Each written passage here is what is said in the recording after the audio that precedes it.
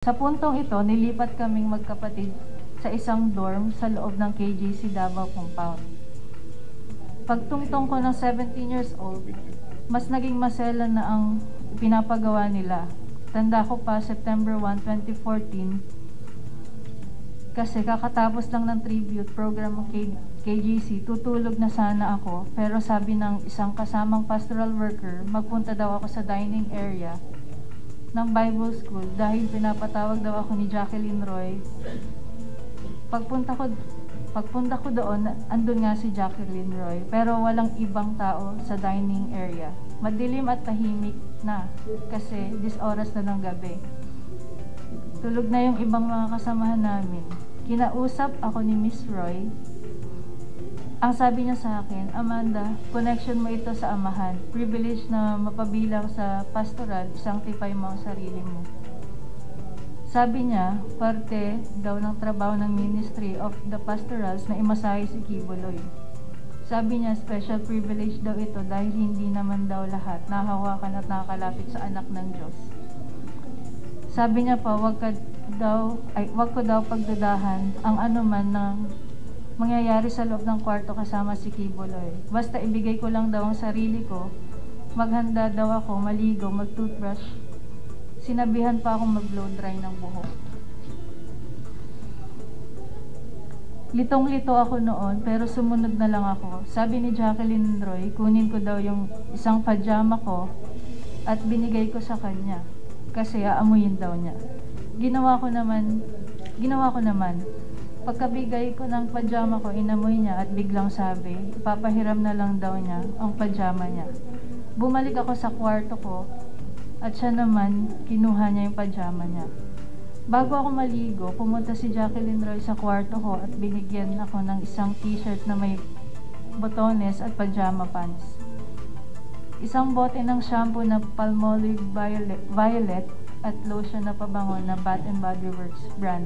Ang specific scent ay Enchanted, na paborito daw ni Kibuloy.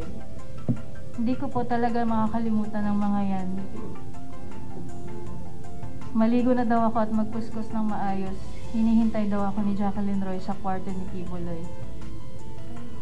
Pagkatapos kong maligo at mag-blow dry, pumunta ako sa kwarto ni Kibuloy sa Bible School building. Yung kwarto na yon may 2 pinto. Yung unang pinto bukas na. Kaya pumasok ako doon. Yung isang pinto papunta sa main room ni Kibuloy. Pagkatok ko, sa pangalawang pinto, pinagbuksan ako ni Jacqueline Roy. Inakay niya ako sa may kama ni Kibuloy. Nakita kong natutulog at naghihilig pa. Nung una, pinaupo muna ako ni Jacqueline Roy sa kama, malapit sa paa ni Kibuloy. Natulog pa rin noon. Pinakita ni Jacqueline kung paano daw imamasahe si Kibuloy. Sabi niya unahin ko daw sa paa. Nakinig lang ako habang dinedemo niya. Tapos sabi na lang ni Jacqueline, hintayin ko na lang daw na sabihin ni Kibuloy kung anong sunod na gagawin. Sabi niya hanggat walang sinasabi si Kibuloy na pwede na akong umalis, hindi ako dapat lumabas ng kwarto. Matapos siyang magbilin, lumabas na siya ng kwarto.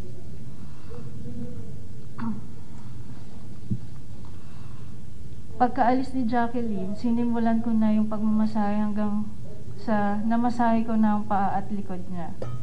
Inaantok na ako that time kasi halos 1 a.m. to 2 a.m. na po siya. Gising na si Kibuloy nito tapos sinabihan niya ako na umupo daw sa gitna ng kama. Sumunod lang ako sa instruction, umupo ako na naka-cross legs. Nung itutuloy ko na dapat ang pagmamasahe, tumayo siya at umupo sa harap ko. Sinimulan niyang tanggalin ang botones ng t-shirt ko hanggang sa tuluyan niya tinanggal ang buong t-shirt ko. Sabi niya, tumalikod daw ako. Sumunod lang ako doon at tinanggal niya ang aking bra. Pagkatapos hinawakan niyang balikat ko at hinila pahiga sa kama. Nung nakahiga na ako, pumaibabaw sa si Kibuloy tapos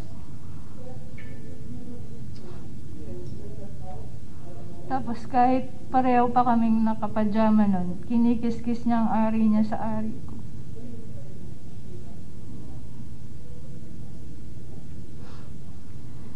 Sinimulan niyang halikan ng leeg ko, nanigas na ako ng husto. Gusto kong sumigaw ng tulong at tanungin kung ano ang ginagawa niya. Pero naalala ko na bawal akong mag-question. Paumanhin po, Madam Chair, kung maselan ito, halo po ito sa aking sinumpaang salaysay. Nung tinigasan na siya, sinimulan niyang tanggalin ang pajama at pants at underwear ko.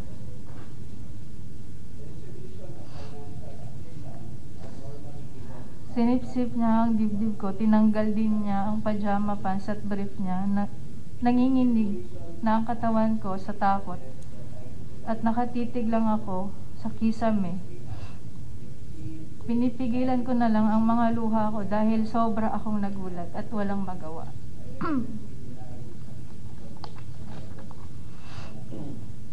Pagkatapos ay tuluyan na akong pinagsamantala ni Apollo Kibuloy nung siya ay natapos na. Pumunta siya sa CR. Tulala pa rin ako, nakatitig lang sa kisame.